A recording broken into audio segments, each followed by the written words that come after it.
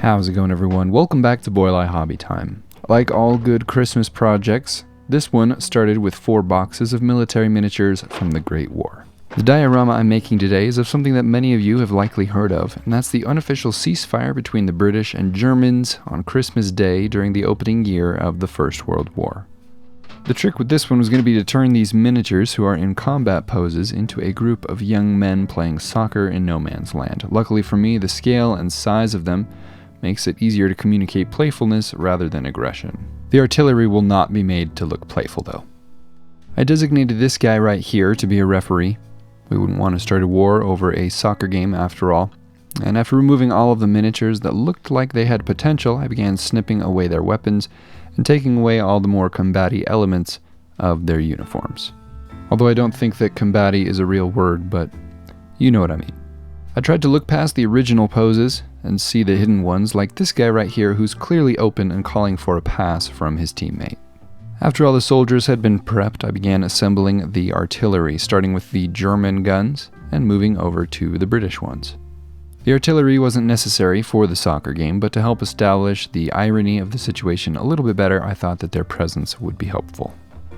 With all of the miniatures prepped and ready to go, it was time to start working on the trenches. I brought out a canvas board and some XPS foam scraps to begin sculpting my battlefield. I still have a lot of leftover scraps from previous projects, which I'm trying to work through before buying a nice big new sheet of XPS foam. And actually trying to piece something together using all these odd shapes is kind of a fun challenge. I made sure the large flat section in the middle, which is no man's land, was covered first before working on the ends, which will have the trenches. I glued all the pieces together and then refined the shapes using my utility knife and a hot wire. I made a little nest for some artillery, and while this is probably way too close to the front line for artillery like this, it was more about establishing the setting than getting everything to scale.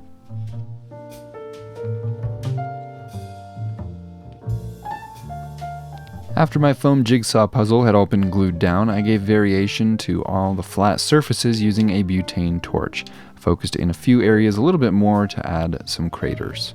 The next step was some surface texture, and there were a lot of gaps and seams between the pieces of foam that I wanted to hide, so I went with Sculptamold. I mixed that up thoroughly and slapped it on with my gloved hand, and once the whole surface of the ground had been covered, it was time to make the trench walls. I didn't have enough balsa wood or toothpicks on hand to line the walls with timbers, but I did have this corrugated styrene, which should communicate an appropriate amount of texture at this scale.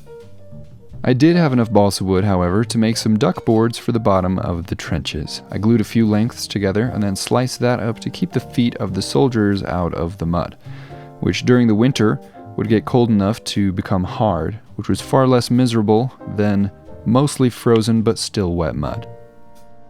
Along with the duck boards, I added some vertical balsa supports along the walls as well.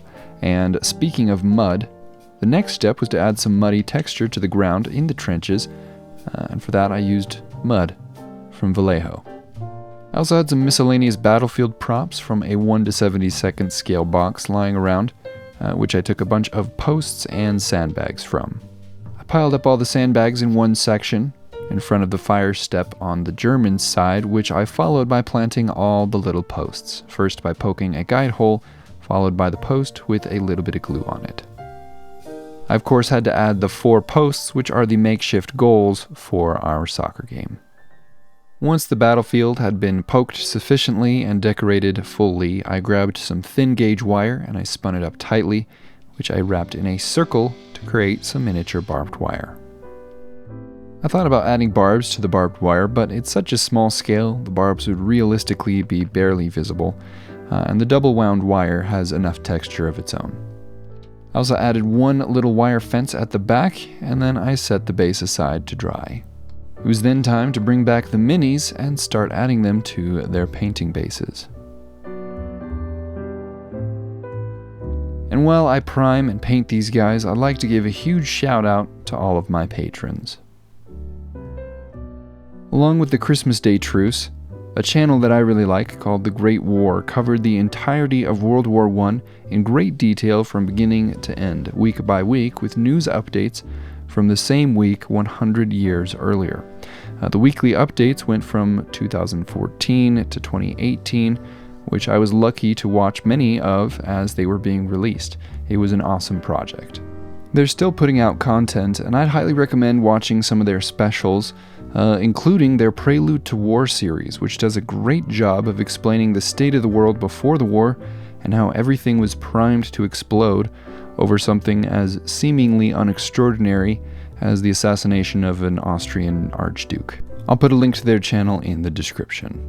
With all the soccer players and cannons painted, it was time to move back to the base. I waited one day till the Sculptamold had fully dried, and then I went over all the exposed foam areas with an acrylic primer before taking the base outside to prime with some rattle cans. But I actually brought it back before painting it, and I marked the location on my hobby mat to make some cool match cut transitions.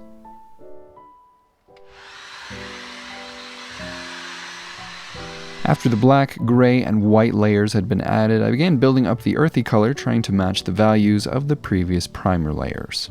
It was reportedly a clear but frosty day on that Christmas in 1914, so I went a little bit cooler and lighter with my final highlight layers. After that, I put my barbed wire back in place, and I did tint it with a wash off camera. With the battlefield painted and the barbed wire glued in place, the next step was to mix up some snow. I threw Mod Podge and snow powder in a cup, rather the upside down lid of a spray paint can, and I broke the rules a little bit by not using this door on the top for a spoon. I just poured it directly. After mixing that thoroughly, I spread out the paste to make large clusters of snow around the battlefield. I took the whole thing outside and I sprayed it with a spray-on adhesive. I used my sprinkle door on the top of my container, properly this time, and I sprinkled the snow on the rest of the diorama. I sealed that layer of snow with watered down white glue and isopropyl alcohol, and while it was still wet, I spread it around, tamped it down, and made it look really messy, kind of like it had been walked on to create a makeshift pitch in no man's land.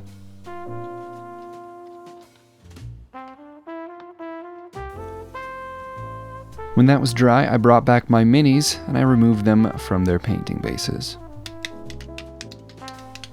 I tried to do the same fun snappy cut with the British soldiers, but they were more trouble coming off of the bases, so I stopped filming. When everyone was finally off of their bases, it was time to glue everyone in place.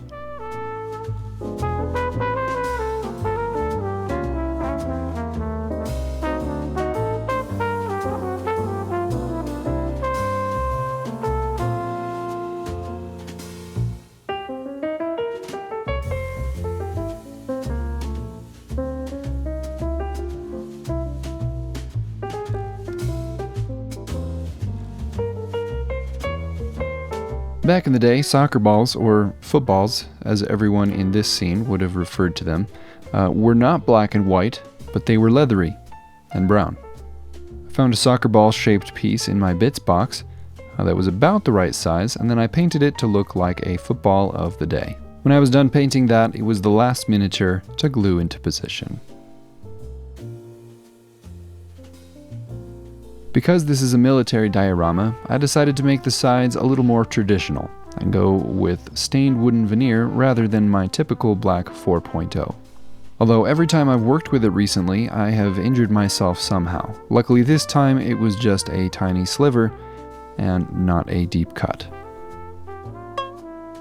After peeling the backing off of the veneer, I stuck the sides in place and trimmed them down carefully using a combination of utility knife, razor saw, and an emery board.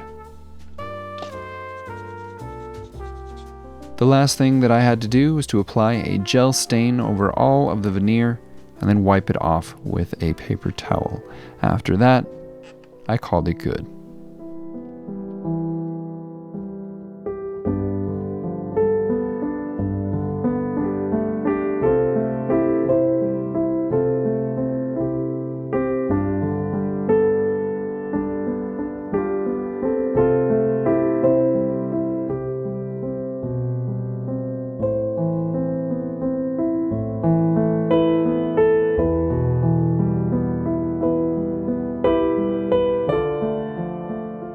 Merry Christmas, everyone. I hope you had a great year. Last year, I offered to talk with anybody who was interested about the story of Christ and the good news of the gospel, which is what Christmas is all about after all. My email is below, and the offer still stands. But that is it for this video. Thank you all so much for watching. Hope you enjoyed. Huge shout out, as always, to my patrons. You guys are the best. Have an awesome week, everyone. I'll see you next time.